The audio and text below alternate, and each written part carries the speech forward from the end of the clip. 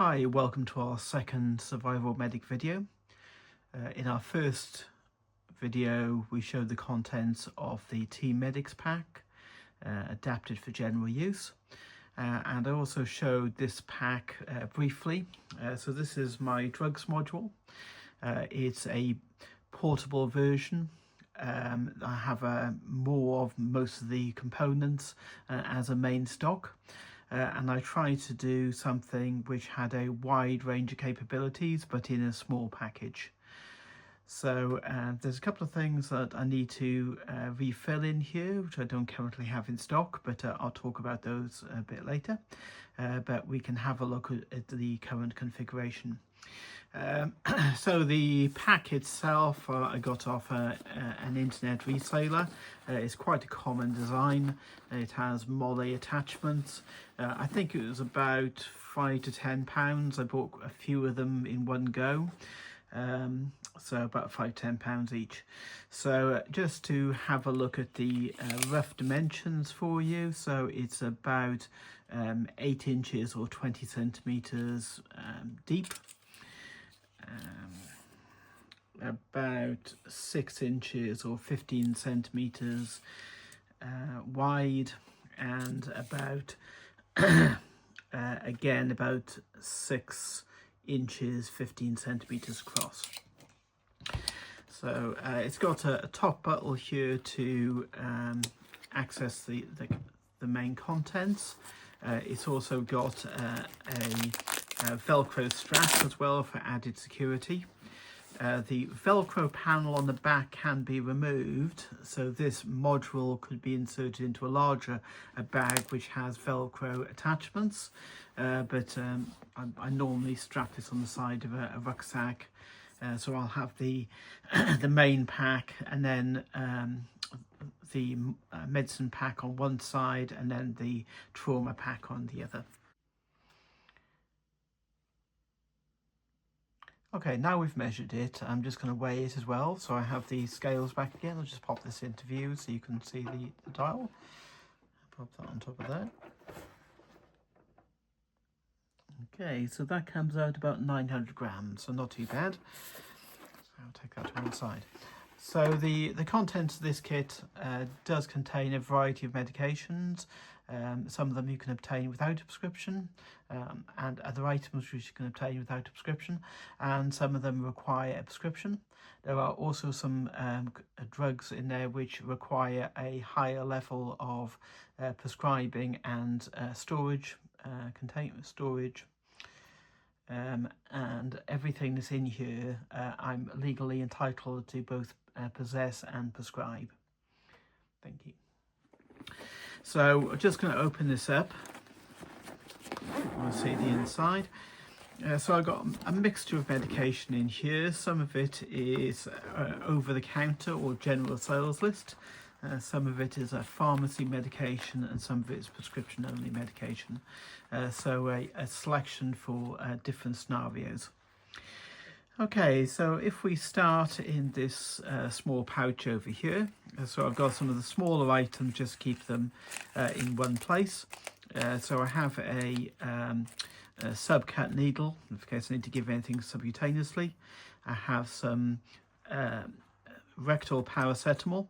So if you have a casualty that's unconscious but has a fever, then the rectal paracetamol is quite good for bringing down the temperature when you can't use other means.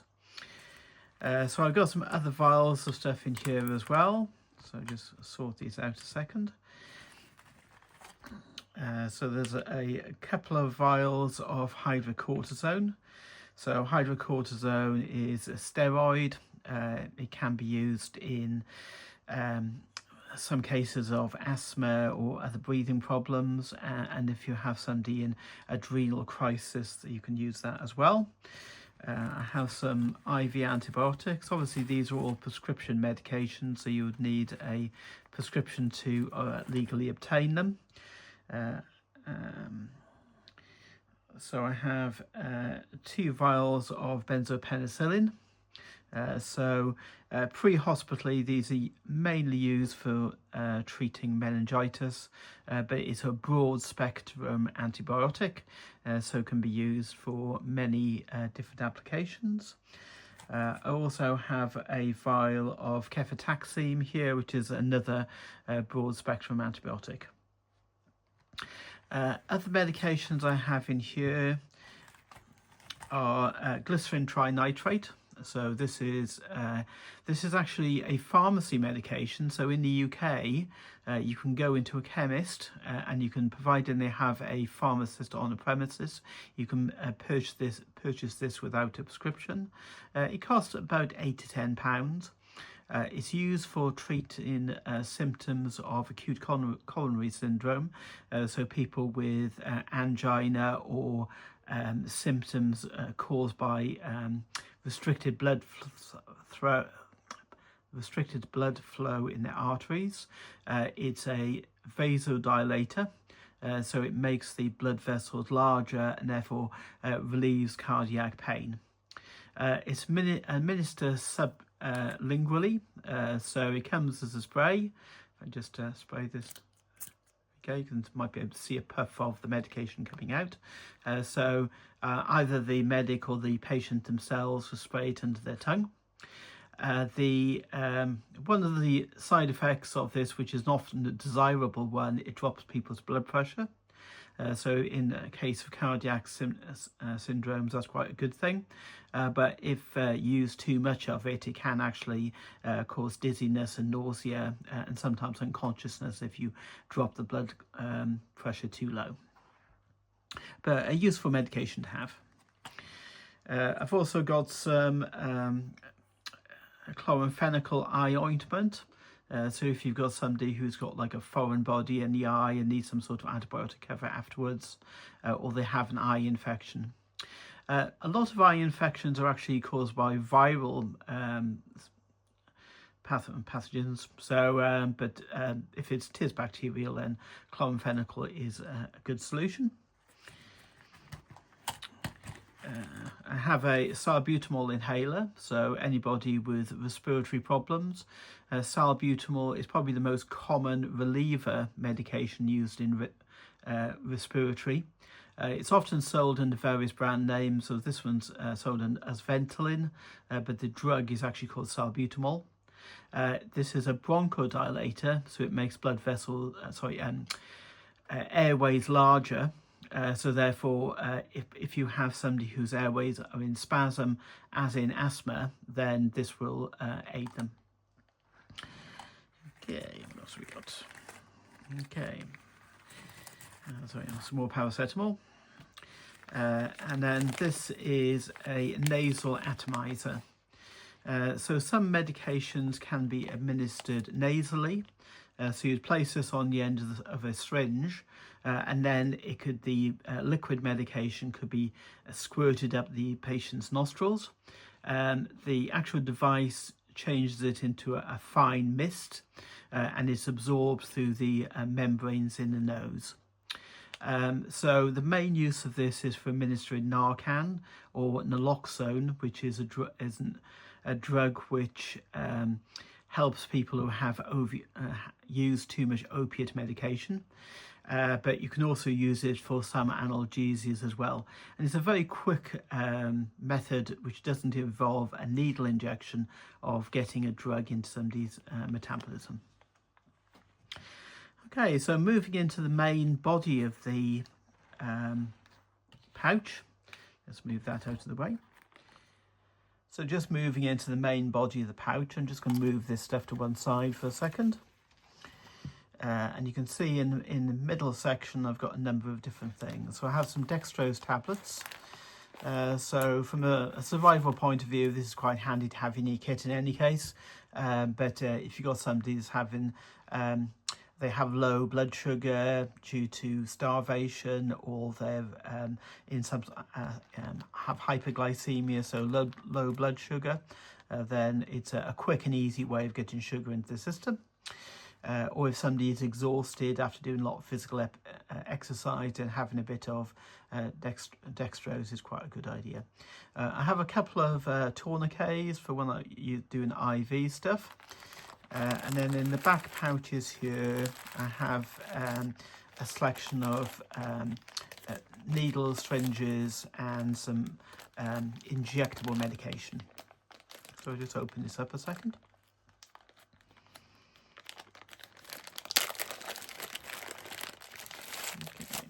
So I've got a selection of needles. So I've got 3 different gauges in here. So these are good for, just find them all. So I've got some green ones. So just have a look at these. So 3 different gauges. So this is a 21 gauge. These are, there's a 21 gauge as well. Some blue ones which are 23 gauge. That's a drawing at needle for drawing at medication. What's that one?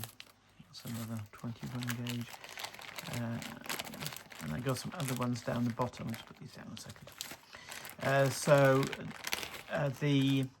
With needle gauges, the higher the number, the smaller the needle.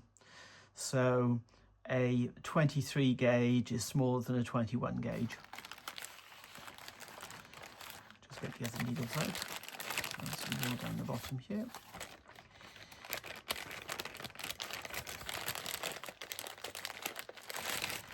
There we go. So these are 25 gauge ones. So the 25 gauge ones are smaller ones, so these are normally used for subcutaneous injections, and then the larger needles are used for intramuscular injections. I also have some injection swabs for cleaning injection sites, and a selection of syringes of various sizes. So as most of the drugs come in small ampules, got more small size syringes, but I do have some larger ones in another part of the kit.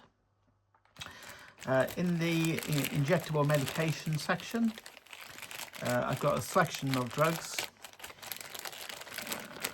Let's get those out. So I have some chlorpheniramine, which is a antihistamine. I got some morphine as a strong painkiller. Obviously that's a controlled drug, so you need a special storage and prescription in order to obtain that.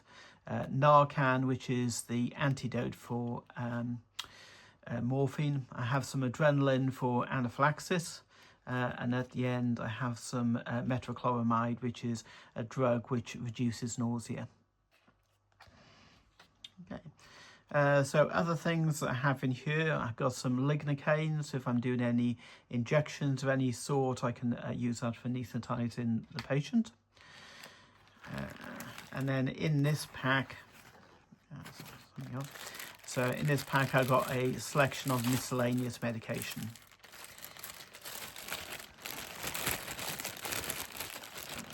So I have some Dioralyte. So this is Dioralyte, which is particularly good for diarrhea. So if you've got somebody who has diarrhea, and in an area where water might be in short supply, you don't want people to have diarrhea for a prolonged period. So stopping that as quickly as possible is good. These can also be used for rehydration. I also have some water purifying tablets. So I've got some more of those in my main kit, but always good to have some spare. There's some more in there. I have some dextrose gel. So if you have an unconscious casualty, well, if you have a conscious casualty, they can just drink it, and if you have an unconscious casualty, you can rub it into their gums, and therefore they can have the medication that way. And then in the bottom of here, I've just got a couple of things for treating eye injuries. So the top one is tetracaine, so that's an anaesthetic for eyes. And then the bottom one is a dye. So if somebody had a foreign body or corneal abrasion and you put the dye in the eye and then shone a blue light on it, then it would fluoresce, and you'd be able to see any scarring or any foreign body. If there's a small foreign body which is difficult to see by the eye, the dye will encircle it, so you'll be able to see the foreign body more easily. And then the last thing I've got in the middle compartment, I'll just try not to knock the camera over when I get this out, is something which is commonly known as the green whistle. So this is Penthrox. So Penthrox is an inhaled analgesia. It's very good. It certainly can be used for repositioning fractures or resetting dislocations, something like that. The patient inhales it themselves, so they have to be conscious to do it. The actual medication, it would be opened and it'd be tipped in the end, and then the patient inhales the vapors. The cylinder on top is filled with charcoal, so when the patient exhales, the drug doesn't go into the atmosphere, and therefore might affect the medical personnel around. So this is for filtering out the drug to stop it causing a problem to anybody else.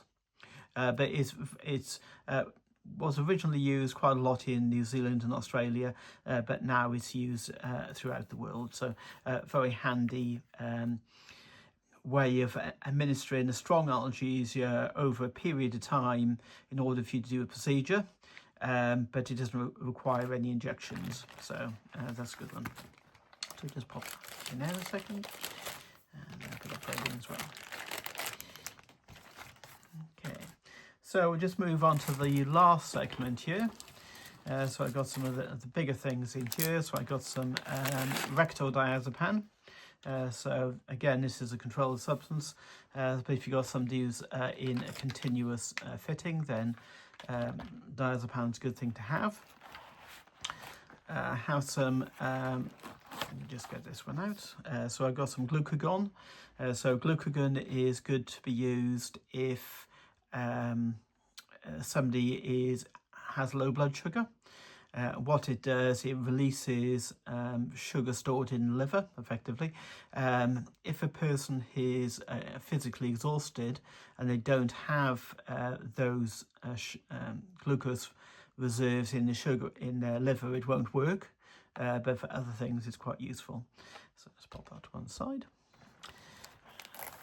Also have some Narcan again. So I had a little ampule of Narcan, but this is a pre-filled syringe of, I think it's got Narcan.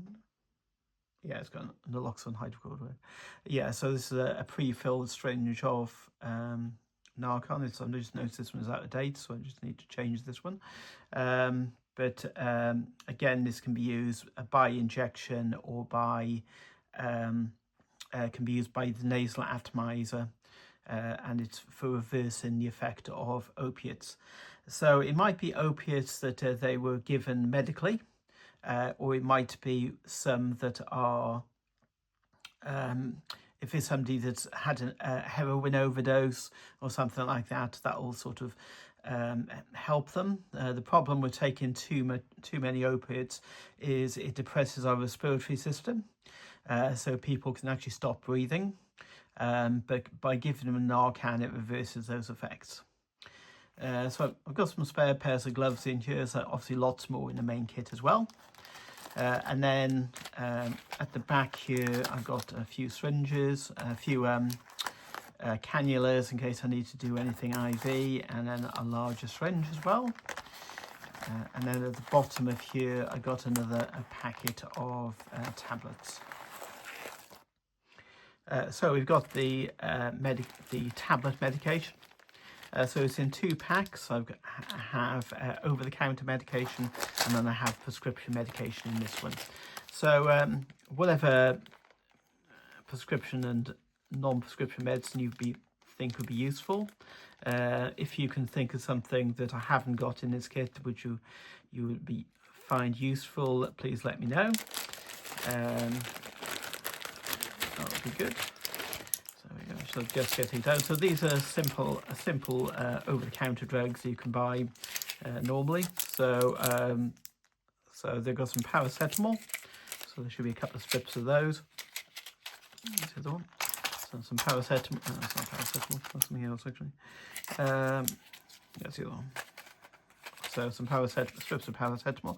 So for our American viewers, this is called acetaminophen, I believe, in America. Then we have ibuprofen.